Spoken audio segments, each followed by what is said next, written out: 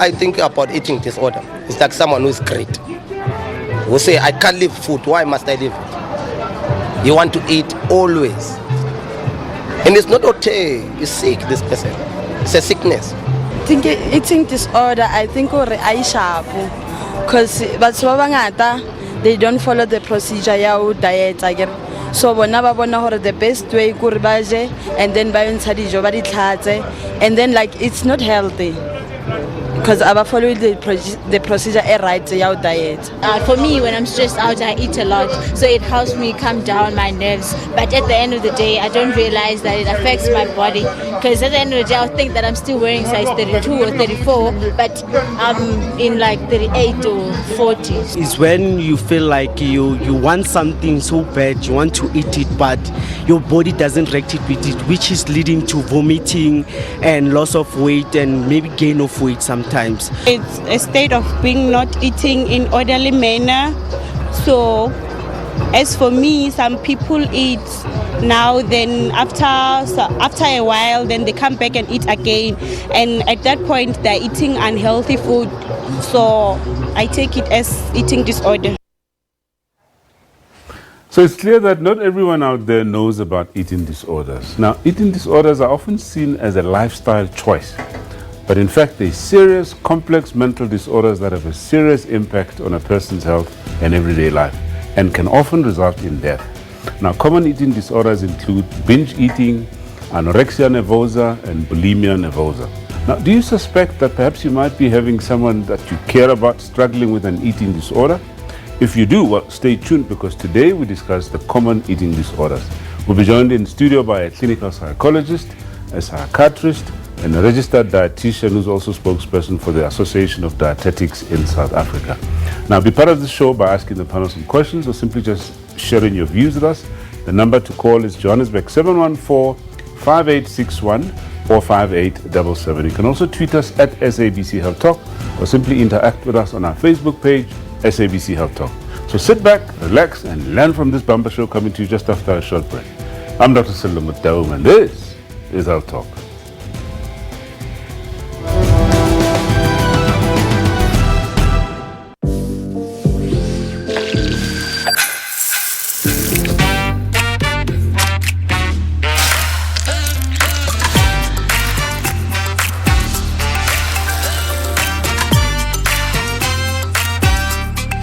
Rice doesn't get better than this. Speckle. This is where we take a look inside the world of media, analysing the trends, the issues and the reporting of some of the week's top stories. One of the things that we are seeing across the globe, people are consuming news and living their lives with their mobile devices. The evolution of journalism is to use the same skills, the same ethics, the same values, but to cater to different audiences because it's not the same people.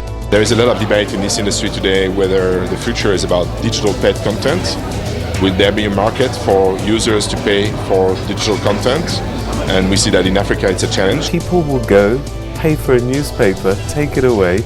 Why won't they pay for it online? In the initial stages of shifting from print to online, we created the impression that what people were paying for was the paper. And so people are very reluctant to pay for the journalism, and good journalism is very expensive. Watch Media Monitor Sundays at 9 a.m.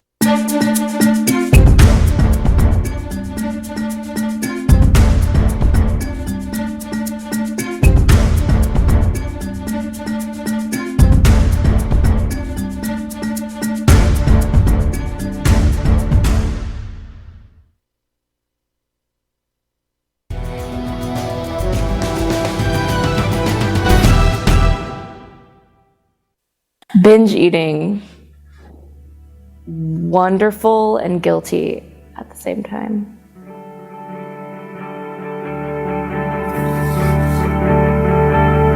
Binge eating. Past. Me and my past. Lack of love. Self-love. Under-acknowledged, binge eating is seen as messy and gross and disgusting and out of control. I don't think people see that as being serious, and it is. It's an emotional disease. For me, a binge was a normal meal. So it still felt uncontrollable. When I binge, my brain blanks out. I have no control over what I'm doing, and it's hard to stop. Feeling so stressed out or feeling a certain way about your body that you can't stop eating and you use it as a coping mechanism. Shame. You know, those things that you remember forever as like the thing you said wrong or that one time you shouldn't have done something. I have a lot of memories that feel that way around eating something. I associate binge eating with being fat, and that's something that still scares me a little bit. I think some people use that term kind of loosely.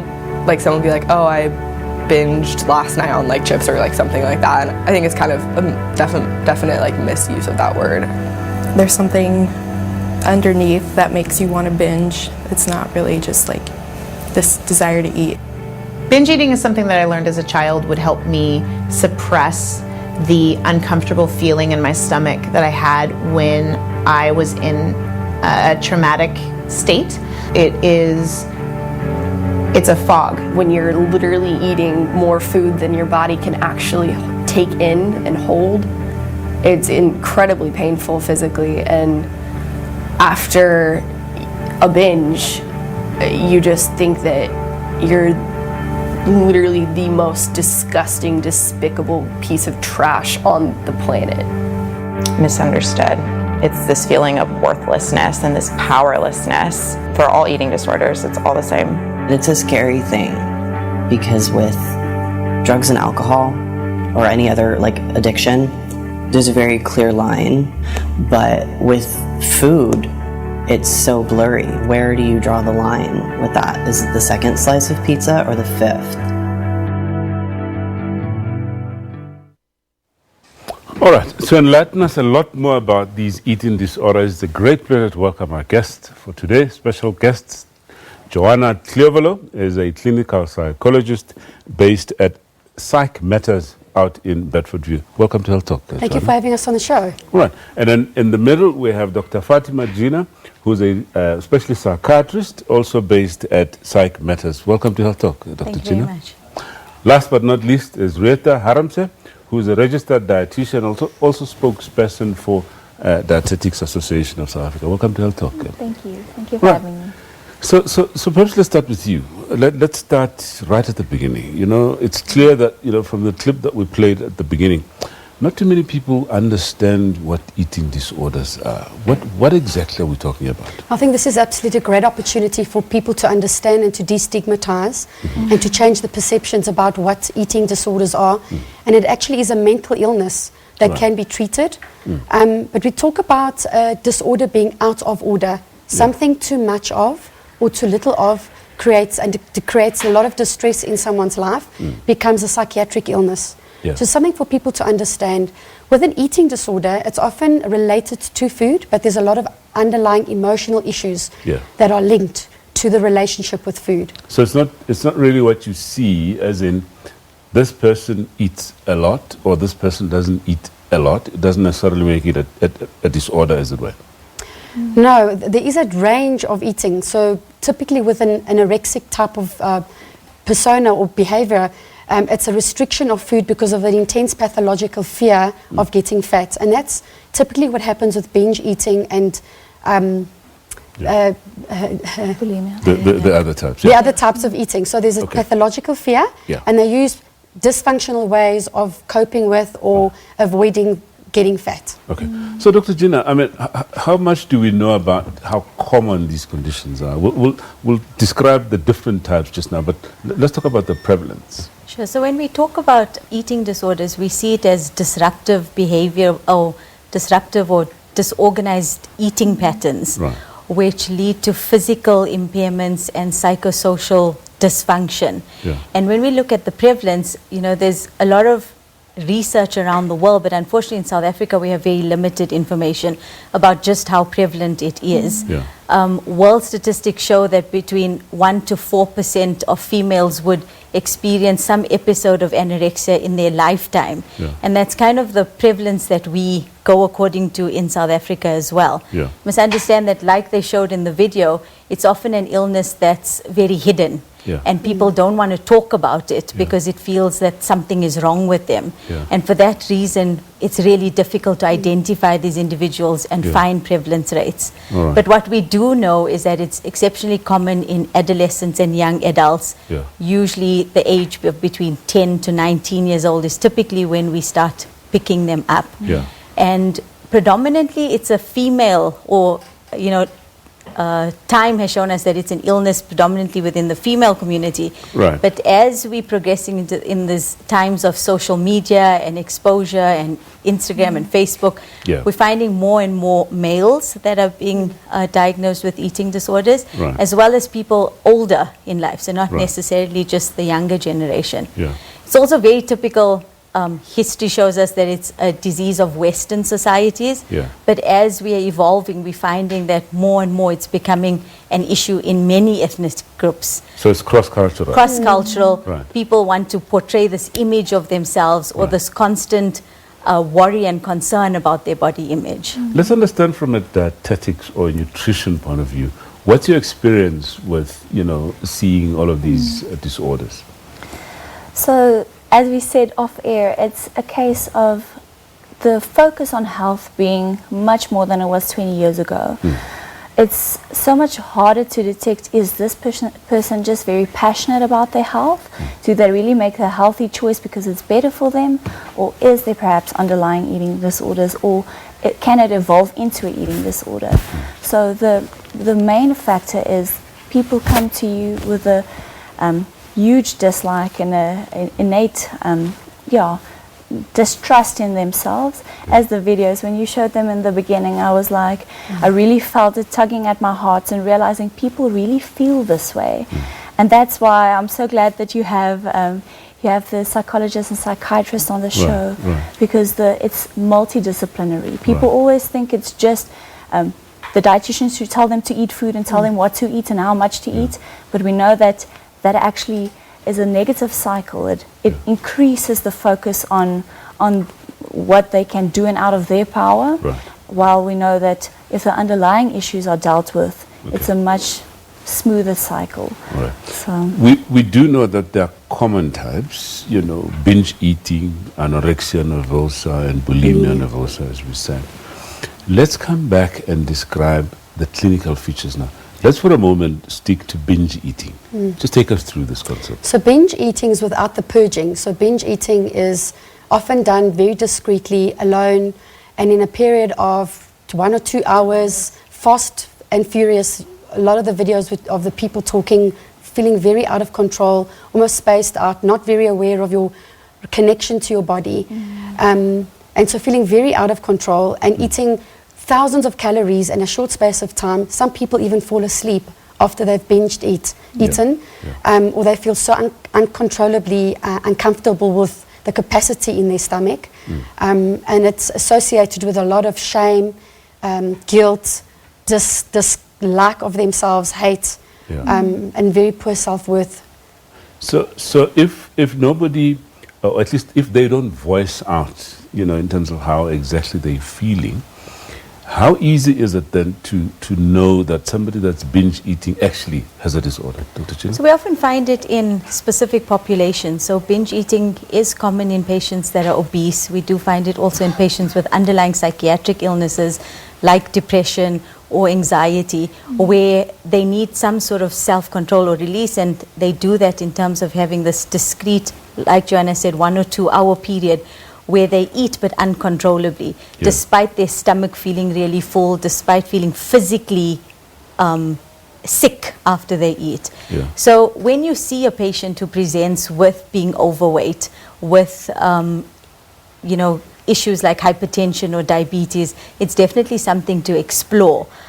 We also know a lot, and it's a big hype about how people talk about emotional eating. And so when they're feeling very distressed or when they're feeling sad, they tend to use food as their comfort. Similar to the clip where the gentleman said, other vices like alcohol and drugs, we kind of know where the limit is. But with binge eating disorder, it's almost that trying to feel a sensation to help you experience that depression or that anxious moment. Rita, are there any particular types of foods that people binge eat on? Yes, so unfortunately I've never heard of someone that binge eats on broccoli or anything healthy. So we know that it's usually, it goes with like your fast foods, your high calorie, high energy, high sodium, trans fatty. So it will generally be your pizzas, your burgers, nuggets. Some of the patients I see, if they have a preference for sweet things, then they would easily eat an entire cake. So they would, what they have expressed to me was when they realize there's only one slice left, and they're like, then they're going to know there was cake, then they'd rather finish that piece of that slice as well. So the hints for family members, as you mentioned in the beginning, to if they suspect that, if you see wrappers of food in the dustbin and you're like, I don't remember us buying this, if you suspect that they might be binging, to look out for signs like that. And also one other thing, you didn't ask it now, but I'm just reminded of that. We actually, in our culture, start this correcting that something that is wrong needs to be corrected with food at a very small age. The moment when your child bumps their head, it's like, don't worry, here's a sweetie. And I think that's a call to the parents to say, to get other ways of soothing your child, other ways of congratulating them, like if they did well in a test, it's not necessarily you're going to get a chocolate, to not use food as a reward or as a comfort, but to use it as nutrition, and to rather have them from a very young age develop the coping mechanisms. Very, very, very important. That, okay, well, time for a quick break. When we come back, we now focus on anorexia nervosa. Please stay with us.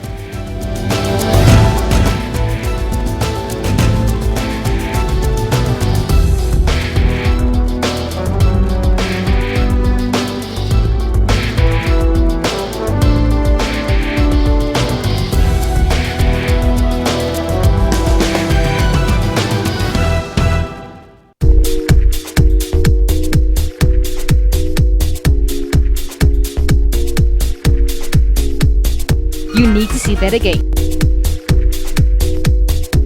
I literally feel like a kid in a candy store. From celebrities, politicians, we get to mingle with the who's who of Johannesburg. Part of the Duzi to Sunny experience brings you here to the highest part in Africa, and you get to see these rolling hills that are behind me. As Trends Travel, we travel far and wide to find you hidden gems.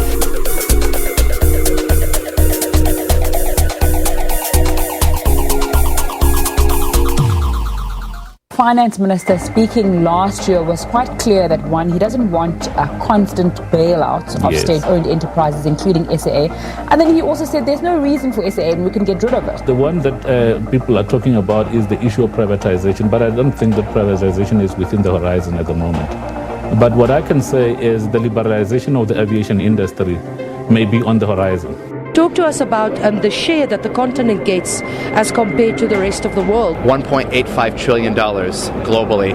2.5% of that went into Africa in 2018. For us, the number one most critical issue in the energy industry of Africa is investment. It's time for us to be real stewards of our resources.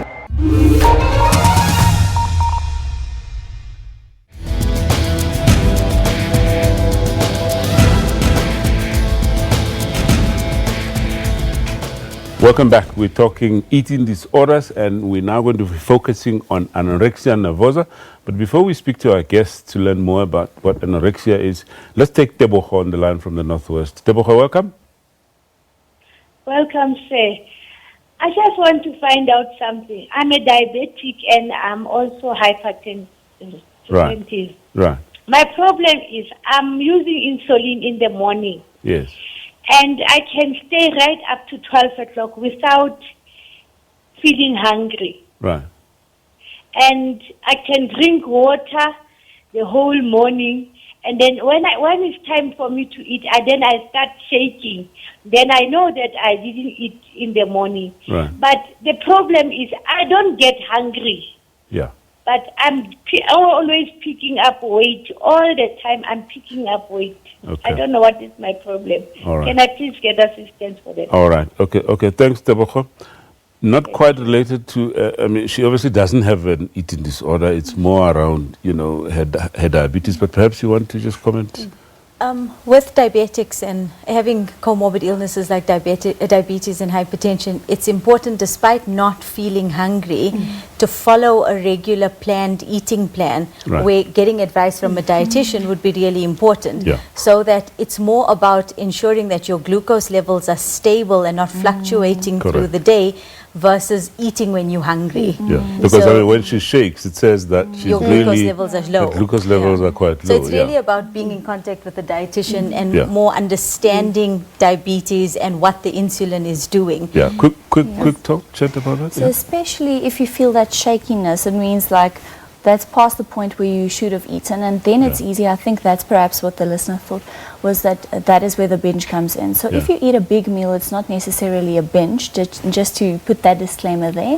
So the first thing that I would say, sometimes people experience that they're not hungry in the morning, but that's usually because they eat a very large meal in the evenings. In the evening, that's right. So the best thing would do is to try to eat a little bit of smaller dinner or supper, so that you can, even if it's just eating a slice of bread with an egg, with a boiled egg in the morning, just to eat something small. So it's not necessary, it doesn't have to be big. People always associate meals that it has to be a big meal, but the best is actually to eat 6 small meals.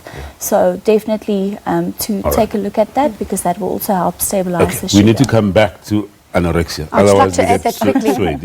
I'd like to add that sometimes people with, particularly teenagers, misuse the glucophage and insulin as a way to manage their weight. So it becomes an eating disorder as a secondary problem. So they might have diabetes, for example, or insulin difficulties, and they use then the medication or misuse it as a way to keep their weight down. So we just need to be mindful of that as well. Talk about anorexia. I mean, she basically felt that, she doesn't get hungry. Let's define what anorexia nervosa is. Well, it's interesting. The definition of anorexia nervosa is a nervousness around appetite. And actually, it's not about them not having an appetite. People with anorexia actually do have an appetite, but they are so self-controlled that they deny their need to eat by restricting their foods, and they create self-starvation. What are the possible reasons, though? And who's more likely to be anorexic? Okay, so some of the risk factors that we spoke about earlier was, it's typically children or young adolescents that are type A type of personalities, high achievers, highly intelligent, and are very much wanting to please, and are very clear about what is expected of them in society.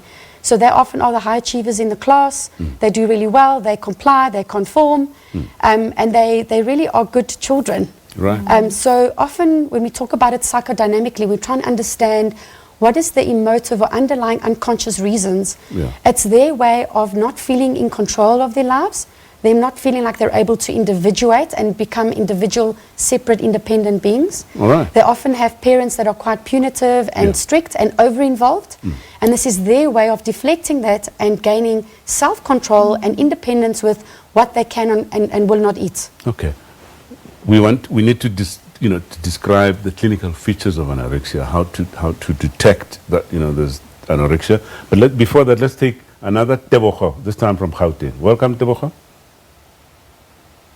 Tebogo, are you there? Yes, I'm there. Go ahead, please. I just wanted to find out how could I get help. It's like since from childhood, I've been eating, and now I can't even go out because I'm looking so terrible. I'm fat and I lost my self-confidence. That's it. Okay. Yes. All right. Okay. All right. Thank you. And I'm so sorry for what you're going through, but at least, thank you for taking the courage to pick up the phone and call to share your situation with us. And I'm sure you will get help, and we'll also display numbers that you can call, the South African Depression and Anxiety Group numbers, so that you can get through to a counselor, and we will display that number just now. Perhaps any one of you might want to pick up on that? I think it would be useful for her to actually go and get help and see a professional. Yeah. By that, seeing a psychiatrist would be really useful. Yeah. Whether she sees a state psychiatrist or uses state services, or she sees someone in private. But that would be the best way to almost get an objective and a good clinical diagnosis, whether this is a primary eating disorder that's driving the mood and the depression, or whether she is depressed and that's driving these episodes of restricting food or binging on food. So but it would be it's really the right important step for she's him. taken now to at least pick up the phone and call and get isn't it? help. Yes. Right, So seeing a clinical psychologist or a psychiatrist would definitely be the first step in terms of getting help. Right. Let's come back to clinical features for anorexia then. So clinical features of anorexia, the most predominant one is the severe loss of weight, not in keeping with what that person's or that individual's daily requirements are. So I know BMI, and our dietitian would say it's not the best or most accurate way of assessing or monitoring weight, but we use the BMI so that's the body mass index, as a way of assessing how severe the anorexia or the weight loss is. So BMI below 15 would be extreme weight loss, below 17 would be mild. So that's the most significant clinical feature. The other features of anorexia would be a lot of physical complications, where they physically start having thinning of their hair, very brittle nails, their complexion changes, they have very dry skin, and it's almost features of that are in keeping with malnutrition. So if you imagine a child that you're seeing who's malnourished, they would present in the same way because of the severe calorie restriction in anorexia. So when we assess a patient from a medical point of view, we're looking for those features of malnutrition in that individual. Rita, do these people eat at all? I mean, are there certain foodstuffs perhaps that they eat secretly, and or do they not eat at all? So it definitely does depend, but from what I've seen, their self-control is so good. So they're very self-disciplined. So the times when they eat, they won't go like binge eating disorder. So they will feel so guilty for eating like 2 peas that they would like disclose, and that's only if they have treatment. So the other times we don't necessarily, it's as if we're seeing eating disorders behind a smoke screen, because they don't necessarily disclose as much. But the one thing I can say, it's definitely not that high calorie foods that you would see in binge eating disorder, because they're very knowledgeable about nutrition. So it would be, sometimes it's things like lettuce, because it's like very low calorie. So, and that's why I mentioned peas. So they are the ones that know the healthier choices and would look for things like negative calories that burn more calories than they give. Very key in the diagnosis of anorexia nervosa is that they have an absolute fear of gaining weight, and they evaluate or value themselves by virtue of what their shape is, their weight is, and how well they can control that, versus someone without anorexia who would value themselves or look at their self-worth in terms of their studies or their profession or sport or their family. So it's a very entrenched thought process where they fear actually gaining weight, and for that reason they limit and restrict their calorie intake.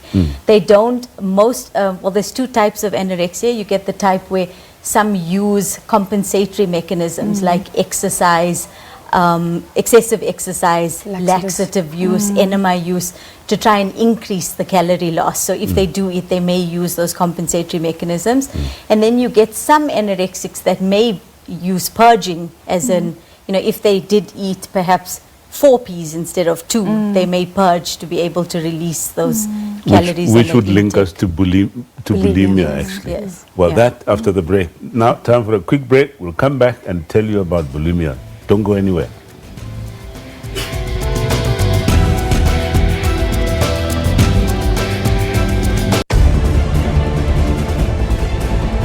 Alicia, how old are you?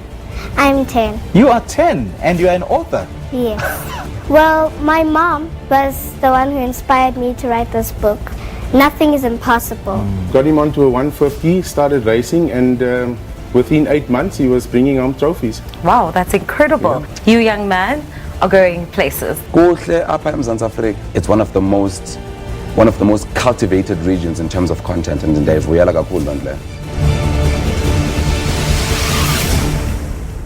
Our job as the SA Today team doesn't simply start when the cameras start to roll. We also work tirelessly behind the scenes to keep you up to date with stories of the day. What have you established as an organization, or rather as an association, regarding this WhatsApp group Stokvel?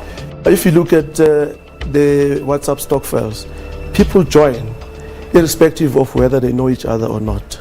So the person joining is faceless. The one recruiting is also faceless. It's a disaster. Watch SA Today every day from 3 p.m. This is where we take a look inside the world of media, analysing the trends, the issues and the reporting of some of the week's top stories. One of the things that we are seeing across the globe, people are consuming news and living their lives with their mobile devices. The evolution of journalism is to use the same skills, the same ethics, the same values, but to cater to different audiences, because it's not the same people. There is a lot of debate in this industry today whether the future is about digital paid content. Will there be a market for users to pay for digital content? And we see that in Africa it's a challenge. People will go, pay for a newspaper, take it away. Why won't they pay for it online? In the initial stages of shifting from print to online, we created the impression that what people were paying for was the paper. And so people are very reluctant to pay for the journalism, and good journalism is very expensive. Watch Media Monitor Sundays at 9 a.m.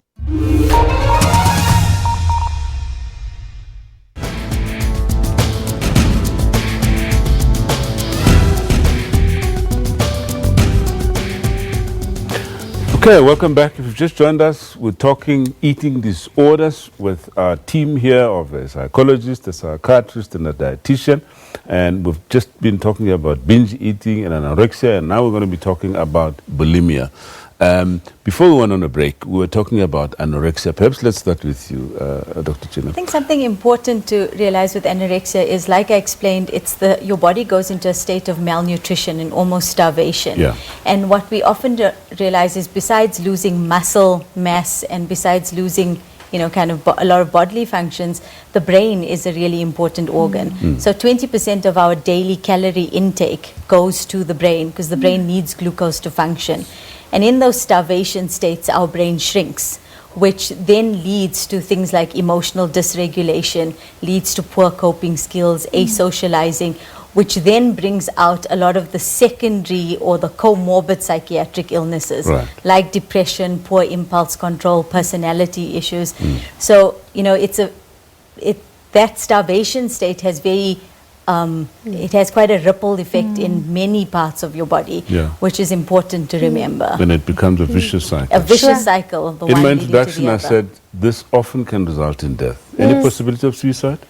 Well, because of the depression, they often can lead to suicide, as well as death from physical medical complications from the starvation state of the body. So it's twofold. So anorexia nervosa is one of the psychiatric conditions that has quite a high fatality rate in terms of having the suicide risk as well as the risk of the medical complications. All right. So, Joanna, we're talking about, anorexia and purging.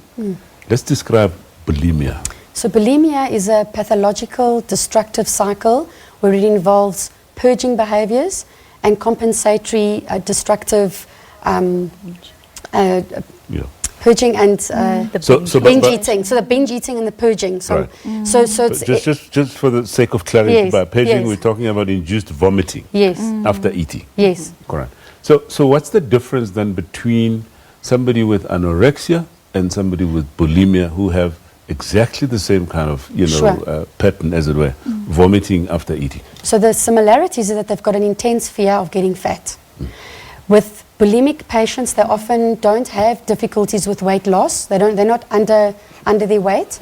So it could even be patients that are slightly underweight, normal weight, they look like me and you, or they could be a little bit overweight. But they have those periods where it's in isolation, rapid eating, the wrong calories, the wrong intake of excessive amounts of food in a short period of time, once a week over a period of 3 months typically, where they then binge eat. They then feel slightly okay in that moment. They then feel guilty about what they've done and shameful. And then they use compensatory negative behaviors to get rid of that food. So they use things like laxatives, enemas, vomiting, and so forth. All right. I'll come back to you just now. Let's quickly take Bridget on the line from Cape Town. Bridget, welcome. Welcome. Hello, Bridget. Yes. Yeah, please go ahead. I'm an epileptic patient. Yes. But I wasn't fat like this now, but I have this stiff muscles. Yeah. And my weight is very high. Yeah. And it feels to me like I have two stomachs. But I'm eating a lot. Yeah. And I'm drinking a lot of coffee. Yeah. And it's not good for me. There's no good feeling for me. I can just sit here in the house. And when I'm in bed, then I get that epileptic. I get epileptic, and then I'm just coughing. But I'm eating a lot. Then I stand up and I go to my bread and I eat and I eat. Okay. I don't know what's wrong with me. All right. Thank you very much for your call, Bridget. Let's hear what the experts say. So it would be important for her in terms of her epilepsy to also understand the medications that she's taking. So most of the anti-epileptics do cause weight gain or an increase in appetite, and unless you're doing engaging in a lot of physical exercise or actively following an eating plan, that would enable you to maintain your weight a lot better while being on the medications. So having epilepsy and being on these medications already predisposes her to picking up weight. So it would really be for her to speak to her clinician and get a better kind of management plan, a more holistic plan, versus just taking the medications and going forward. Which might involve the dietitian as well? Yes, for sure. Yes. Okay, perhaps you have a comment or two? So the centre in which I work, we do work multidisciplinary. So if they get put on certain medications, that immediately ticks a list that they get referred to me, so that not only can we correct the eating patterns so that they don't feel like they have to binge, or if we can call it that, like eating much, like drinking a lot of coffee, as she said, to get the correct eating patterns there already, and for that to prevent the weight gain as far as you can. But it's definitely individualized. There's no one size fits all, and it definitely depends on which medication the doctor prescribed. All right. Another overlapping factor is the fact that she is epileptic, and the whole lifestyle change that has come about often predisposes one to developing mood disorders like depression, which again would be that vicious cycle of feeling depressed, not eating well, having the seizures. So, like getting out of the house, I think she said as well. Right. Let's come back to the bulimia. You know, we described this purging, different methods. Is this done secretly as well? So bulimia is very much a condition where you're sitting with two spectrums. They have the discrete periods of binge eating, similar to binge eating disorder. But in bulimia, they have the compensatory behavior of doing things like inducing vomiting to physically get rid of what they've eaten, because they feel very guilty around it. So generally in patients with bulimia, we don't see weight fluctuations. Their weight tends to be stable because they've had a high carb meal, but then they've vomited most of the calories out. So their body doesn't really have time. So although the underlying pathology is it's similar to anorexia, in a bulimic patient, they're not very conscious of calorie counting and they're not restricting their food. So they are having those discrete episodes, and that's what makes it different from anorexia. In terms of character, you know, the person that we're looking at with bulimia versus the one that we're looking at with anorexia, any differences or similarities? Sure. So you often find people with bulimia struggling with impulse control difficulties, and it might just be the impulse around food, or it could be impulse around substance, drugs, smoking, promiscuity, sex and so forth. So they often have multiple impulse control difficulties. They are a little bit older than people with anorexia typically. A quarter of them are married. So there are some differences, and they're not as socially isolated as people with anorexia, and their internal struggle is often conflicted, rather than people with anorexia that are very controlled and rigid. So there's a lot of internal struggles around conflicts and conflicts in relationships, which often is a trigger. And then we need to just talk about a little bit about the complications of bulimia from a medical perspective. But before that, let's take Anonymous from Cape Town. Anonymous, welcome. Hello, Anonymous. Hi, can you hear me? Good morning. Yes, hi, go ahead, please. I just want to get clarity or some help for a 20-year-old. Yes. Lost her mother when she was very young, about age 11 or 12. Right. And been with mother-in-law, grandmother, father, and stepmother. And been trying to commit suicide twice. She is about weight 37 kgs now, and you can see like she is now very, very thin, and it looks like she's anorexic. Is there any help or anything? What can the family do, or what can friends do, or people like me that hearing these things and looking at on how can we assist or how can we help? All right. Thanks, Anonymous. So looking Somebody at the sounds like history, anorexic, yeah? Yeah, kind of the clinical presentation or predisposing factors Joanna spoke about, where she's a young adolescent who's almost lost her parents, and that's not in her control. And now the only thing it almost feels like that she can control is what she puts into her body. So that's a major underlying factor to this.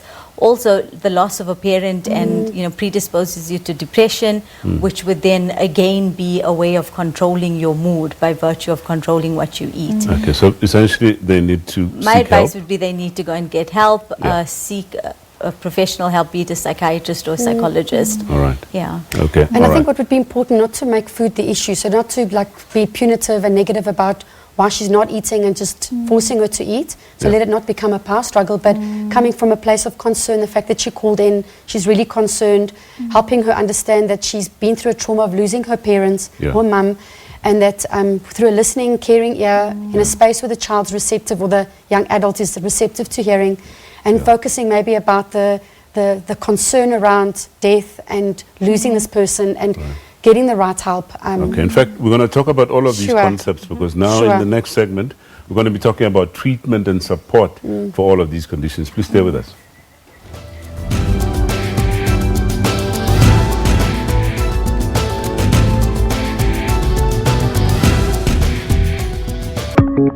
Here's a minister who says, I'm working on some sort of plan. There's no way that we can agree to pay workers less wages. There's no way we can agree to domestic workers being paid less than what they currently get. We can't agree to farm workers being paid even lower than the slave wages they earn right now. What is the role of lawyers in the fight against corruption in the country? We've seen lawyers who knowingly that this client or who would have a reasonable apprehension that my client could be paying me from proceeds of the crime. I think it's about time that we legislation somehow considers how to discourage that type of conduct by lawyers themselves. Where are the gaps as a person who has thoroughly interrogated the 4IR space and how it will have impacts on the country? One of the unfortunate consequence of the fourth industrial revolution is the possibility of increase in inequality. On Economics Unbound, we unpack everything from corruption. On the day he resigned, he was not aware of any fraud. Of course, they called it accounting irregularities. We've always called it fraud. To the effect global activities have on different economies around the world. This drone attack seems to be the single worst sudden disruption ever in the world oil market. But what does all of this mean for South Africa and the rest of the world? The last thing we need is a spike in oil prices and a disruption in oil supply. We will have a repeat of the recession of the 70s, which is really very dire for the global economy. Join Tandeka and Nana on Economics Unbound, Thursdays at 9 p.m.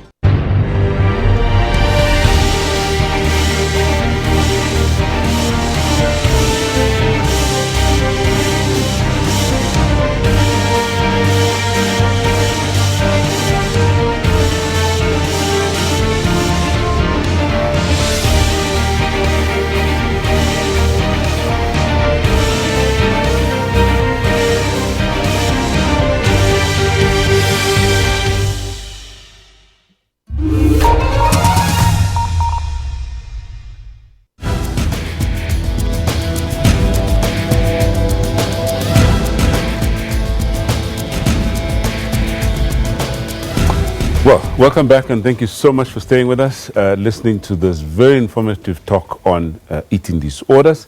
And we're now going to be focusing on treatment. But before talking about how these conditions are treated, it's very, very important that we talk about prevention, and our guests are going to help us take us through.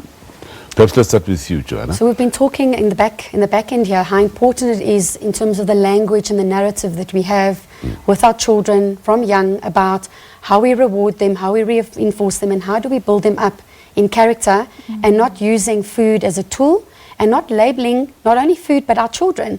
So you are good, you are bad, this is good, this is bad. And then they use food as a mechanism as well.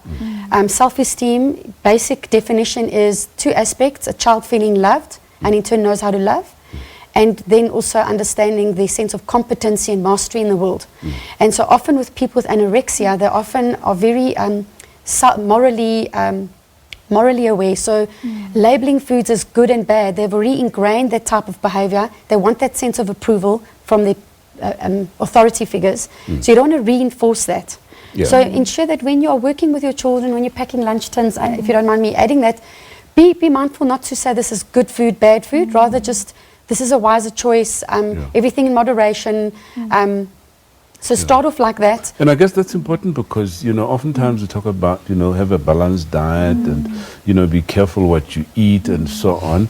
You're saying that it's important how you relay these messages from a young age. Yes, definitely. I'm glad that you brought in the word balance. Yeah. Because people, it's a very dietitian saying that people immediately switch off after you've said that. But balance means being able to enjoy the world's labeled bad foods in moderation. So to eat your slice of pizza and enjoy that, but not to binge on three pizzas. And then also to teach your children that specifically the reason why we incorporate these foods is for this function. As they mentioned, for the hair growth, for the nail growth. So not to just focus on this food will make you skinny, this food will make you fat. Because we're much more than skinny and fat.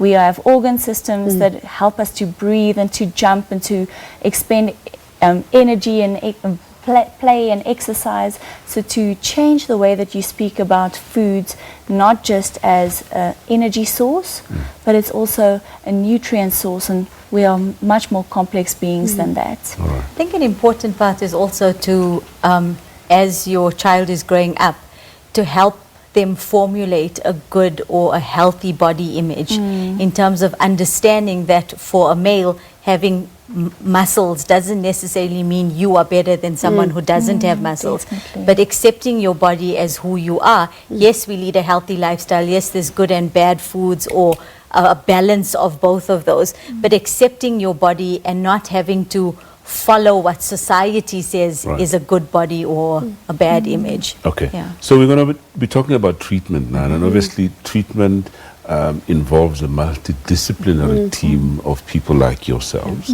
I'd like us, you know, if you could just take us through the principles of treatment for all of these conditions. But before that, let's listen to Moshe from the Northwest. Moshe, welcome. How are you, sir? We're good. How are you, Moshe? No, I'm well, sir.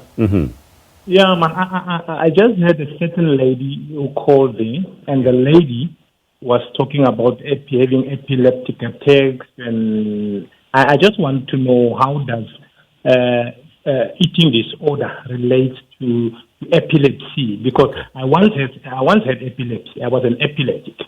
And then I don't know, because that thing, it wasn't related to how I eat. And then, but now, as I tell you, that thing is gone. That epilepsy is gone. And then, what I think is that it was spiritual. I mean, to me. All right. Okay. It was Thank you. spiritual. I just want to find out the relation between epilepsy and eating disorders. Thank you very much for the question. I think you had touched on it a little bit. So there isn't really a direct link between having epilepsy and having an eating disorder, but more the underlying thought processes and perhaps the approach to treatment of epilepsy, that you need to consider nutrition as part of the holistic approach to treating epilepsy or any chronic illness. That also ties in with the lady who was diabetic and hypertensive, where if you want a better eating plan, you tend to, number one, your medication side effects would be a lot less, and your overall chronic condition would be much better improved, considering that your body would be healthier. Okay, so let's talk principles of treatment then. If you like, we can bring in some of the examples from the callers, that we had today. So essentially, I'm going to look at treatment on a broad spectrum, though, as specialists in the field, or psychiatrists, or psychologists, dietitians, we may target each one of the binge eating, bulimia and anorexia slightly differently. But broad principles would be, the first thing is to actually get the individual to understand and accept that they have a problem. Because particularly in anorexia, they're in denial, or they cannot see that the severe body weight loss is a problem. And to reiterate and to inform and educate them about why it would be a problem.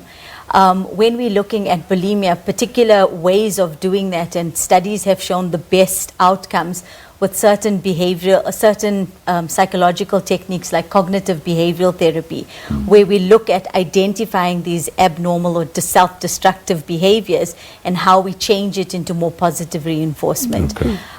When we look at anorexia, like I highlighted, that state of malnutrition is the most important or critical point in treating a patient with anorexia. And if we look at the caller from Cape Town with the young girl who's weighing 37 kilos, it would be really important for us to get her to start gaining weight and come out of the state of malnutrition. Maybe let's go really to, before we run out of time, let's go to Rita, in terms of, here's somebody 37 kilograms and has come through, for help. It's your turn to say, all right, let me take over now. What advice would you give, or how would you approach this person? So firstly, I'm glad that we're all here today. So specifically, and I wouldn't treat them on my own. So multidisciplinary, because I know the underlying causes.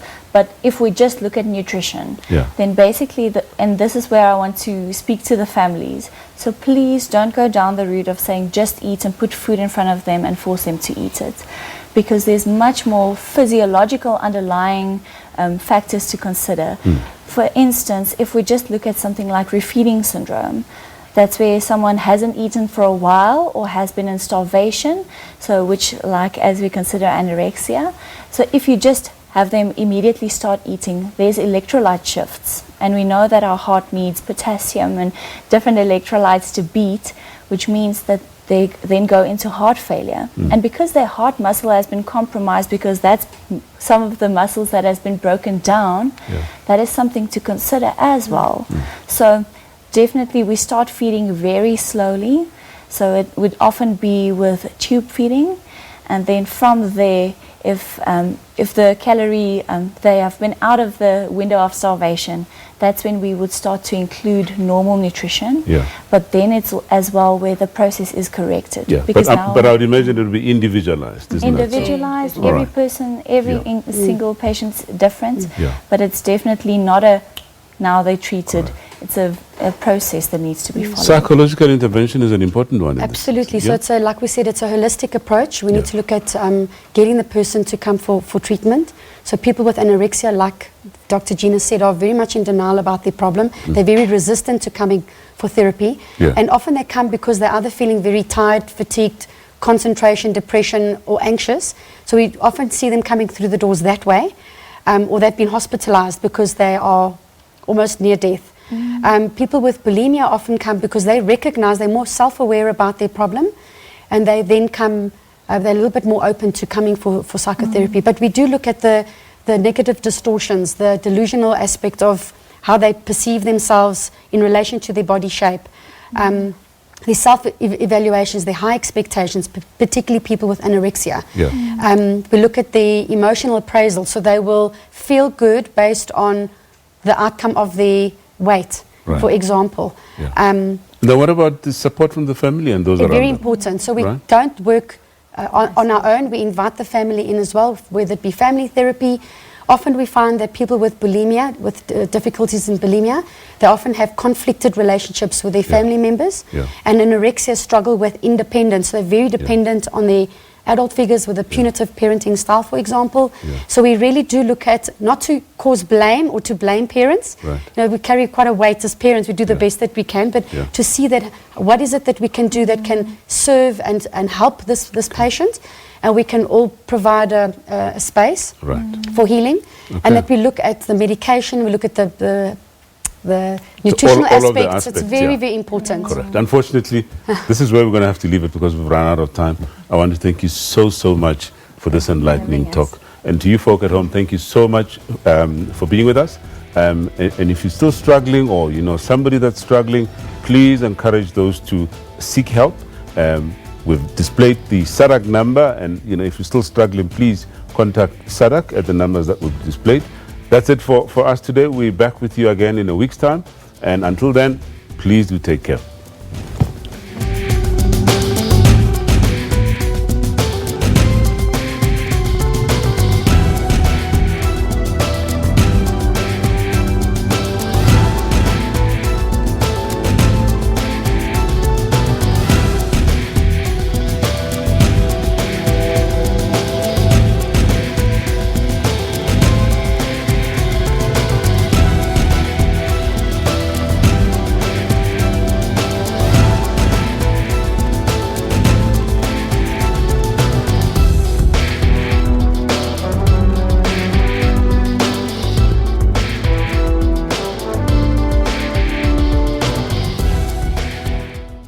Police in my